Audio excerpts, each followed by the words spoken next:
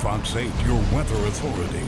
You're watching Weathering the Storm, sponsored by LAS Enterprises. For the best in hurricane protection, choose LAS. Egan Insurance, a Higginbotham partner, and Craig's Electrical and Generator Service. When the lights go off, Craig's comes on. Long-range forecasting techniques go beyond just the numbers when it comes to hurricane forecasting. Meteorologists are keying on other ways to predict the season, and one of those is known as the LRC. For more on it, here's Zach Ferdella. Each year, the hurricane forecast numbers don't tell us much, as we always preach. It only takes one storm to be a bad season. There's a new forecast tool that can go beyond the numbers and add even more detail to the season's tropical activity. Will the Gulf be a hotspot this year? Or could it possibly be the Caribbean? Or maybe it's the Atlantic, poised to be the active part of the basin.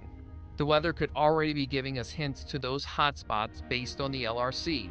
The LRC stands for the Lezak Recurring Cycle, named after Gary Lezak, former TV meteorologist that developed a hypothesis on weather being one big cycling pattern. I recently had a conversation with Gary about his findings. Notice that the cycling weather pattern is regular. The pattern is repeating over and over again. And the forecaster that uses this technology is able to make these predictions for winter storms, severe weather outbreaks, tropical storms, floods, droughts, and other significant events weeks to months ahead of time. So where does it all start? The origins of a storm signal come from indicators in the pattern.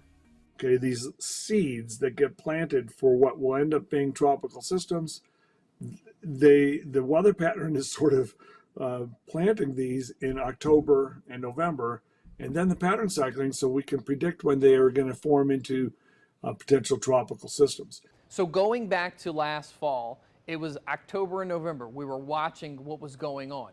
And we've actually seen quite a few of those early indicators. Those early indicators are those areas of low pressure.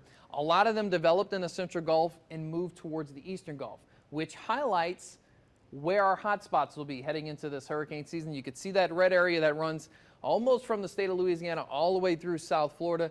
This is that area of the basin that could be highlighted multiple times with possible tropical development.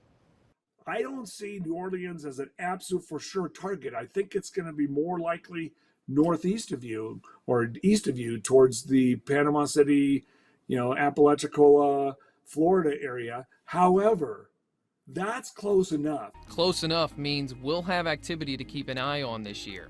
And the indicators can increase their storm signal even once we actually enter the season.